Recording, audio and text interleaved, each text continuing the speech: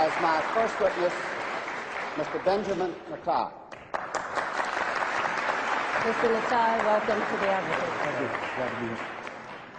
Mr. Natai is a graduate of MIT. He is an Israeli, and he is a man who has written widely on this question before the House tonight. Mr. Natai, is the issue of self-determination the core of the conflict in the Middle East? No, I don't believe it is. The real core of the conflict is the unfortunate Arab refusal to accept the State of Israel. And I think, as was mentioned earlier, for 20 years the Arabs had both the West Bank and the Gaza Strip. And if self-determination were, as they now say, the core of the conflict, they could have easily established a Palestinian state then, but they didn't. When did the issue arise then? Well, for 20 years, we didn't hear a word about self-determination. And, in fact, what we did hear, those of us living in the Middle East, was about driving the Jews into the sea. Now, after 1967, under the leadership of the PLO, the hardline strategy shifted to adopting a moderate, dressed-up slogan, which now talked in terms of first a secular democratic state, and then replaced it with Palestinian self-determination. But what this really means, contrary to what Mr. Aruri said, about 1977 being a changed year in the PLO's objectives, let me quote you what the PLO Information Office said in a Dutch paper in 1977, in May 5th. 77? May 5th, 1977, yes. The statement was very simple. Our objective remains the destruction of the Zionist state of Israel. So let's keep in mind that what we're talking about here is not the attempt to build a state, but to destroy one. Do the Palestinians have a right to a separate state? Well, Mr. Ajami has been talking about human rights. well, I think that no, I don't think they do, but I think that it's quite instructive that the Palestinians who are invoking the right of self-determination, which is an attribute for separate nations, themselves are the ones who define themselves as part of the Arab nation. Now, no one is denying that there are Palestinian Arabs. There's a very distinguished Palestinian Arab sitting right next to me. But the Palestinians themselves, in the Palestinian National Covenant, the very first article, say that the people of Palestine, quote, are part of the Arab nation. Well, let's look at the Arab nation. It has 21 states, an area roughly the size of the United States, and 1/6 of the entire world's wealth. Now, add to that the fact that there already exists a Palestinian state, and that is Jordan, 60% of whose population is Palestinian. I think it's quite interesting that Yasser Arafat and King Hussein, who are bitter enemies, agree on one thing, that Jordan is a Palestinian state. So what we're talking about is a demand for a 22nd Arab state and a second Palestinian state. What should be done with the Palestinians on the West Bank? There's a problem, so what should be done about it, in your opinion?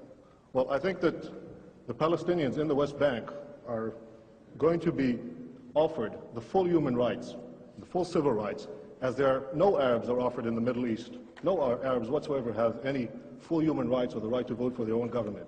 Those Arabs who lived in Israel in the pre-67 boundaries are the only Arabs in the Middle East who offer that right, and I'm all in favor of having the same Arabs living in the West Bank and the Gaza Strip being offered such a right in the final peace agreement. Can we have peace in the Middle East? Very briefly, please. Yes, I sincerely hope so. Look, I'm 28 years old. I've had to defend my country in 2 wars and in many battles. Nobody wants peace more than Israel. But the stumbling block to the road for peace is this demand for a PLO state, which will mean more war, which will mean more violence in the Middle East. And I sincerely believe, if this demand is abandoned, we can have real and genuine peace. Thank you. Thank you. Thank you, Mr.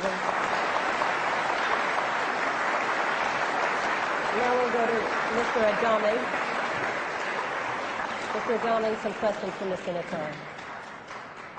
Mr. Natai, you've told everyone that the Palestinians on the West Bank and the Gaza Strip will enjoy full human rights. Could you tell me how that's compatible with the presence of Israeli forces in their midst? Well, the Arabs living now under the Arabs who lived in Israel, 400,000 of them, 400,000, between 1948 and 67, as I said earlier, certainly enjoy full human rights. And as I I'm said, not they're the talking only about ones. the Arabs in Israel. I'm talking about the Arabs on the West Yes, Bank yes. and the Gaza Strip. If you let me, I'll answer your question, Mr. Ajami, please. The Arabs living in Israel are the only ones who are entitled to vote for their governments, the only ones who have representative in a parliament in the entire Middle East. Now, it's true that the West Bank and the Gaza Strip are now undergoing a period of transition. In fact, no Arab government has been willing to negotiate so far about this period of transition. And I think that when this transition, when the negotiation period is ended, there is no reason why under either Jordanian citizenship or Israeli citizenship, these Arabs will not have the full human rights, the right to vote for their representatives, as the Arabs in Israel do, as hopefully all the Arabs in the Middle East will do someday. Mr. Natai, does the state of Israel itself accept that the people on the West Bank and the Gaza Strip have the right to vote on whatever future they choose? Well, Mr. Ajami, I just outlined that in the event that this negotiation process will continue, I'm sure that what we're talking about is in fact eventual citizenship of some kind, either Jordanian or Israeli or in any other arrangement in which these people will certainly vote. Mr. Natai, you've given yourself the right to determine that you are an Israeli, but you've also given yourself the right to negate the other entity, which I think is not somehow consistent with global practice at this time, is it? Mr. Ajami, I have never rejected another entity, nor have I ever declared my intent to destroy it, least of all the Palestinian Arabs, who I fervently want to live in peace with. All I'm saying is that it is the Palestinian Arabs themselves, their leaders, Arafat, Muhsin, who Morris Abrams quoted earlier, Farouk Kadumi, the #2 man in the PLO, these are the ones who say they are part of the Arab nation. These are the ones who say they already have a Palestinian state.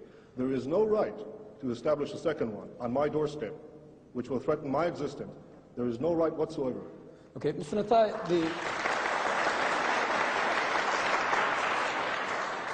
you seem like a very patriotic Israeli. Does not the fact of Israeli dependence upon the U.S. in order to maintain its occupation on the West Bank and the Gaza, does this not trouble you at all? Mr. Ajami, you asked me as a patriotic Israeli, and I'll answer as someone who has fought in the Middle East. One of the things that I think is unique about Israel, in terms of all America's allies, is that it is perhaps the only one who has taken care of itself so far. And I would think that America, in fact, it's not a one-way street, Israel taking from the United States. Israel is giving the United States an extraordinary bargain in the Middle East. It's the one stable democratic ally which the United States can count on. Mr. Natai, inasmuch as you're a Zionist and are committed to a Jewish state, given the fact that demographic predictions tell us that there will be an Arab majority within the current borders of Israel, does this not challenge the foundations of the very state which you are committed to? I know of the latest population figures, that actually show a decrease in the Arab birth rate, particularly in the West Bank and the Gaza Strip, as a result of the higher education and the universal education for women that didn't exist prior to Israel, prior to 1967.